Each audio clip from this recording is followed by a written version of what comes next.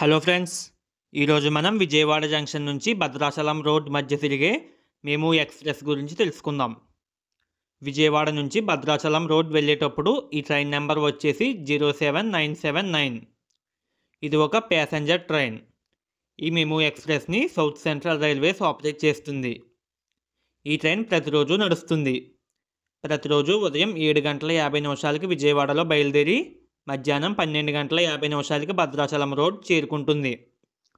ఈ ట్రైన్ మొత్తం 176 కిలోమీటర్లు ప్రయాణిస్తుంది.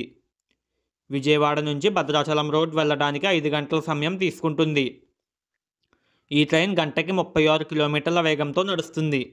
ఇక ఈ ట్రైన్ ఆగే స్టాప్ల వివరాల్లోకి వెళ్తే విజయవాడ నుంచి భద్రాచలం రోడ్ మధ్య మొత్తం 22 స్టేషన్లలో ఆగుతుంది.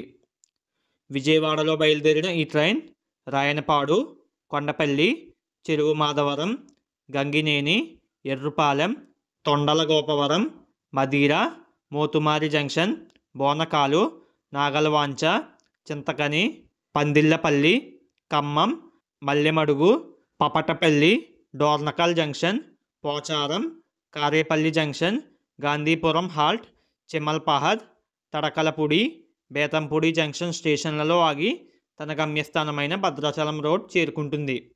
సో అది గైస్ వీడియో.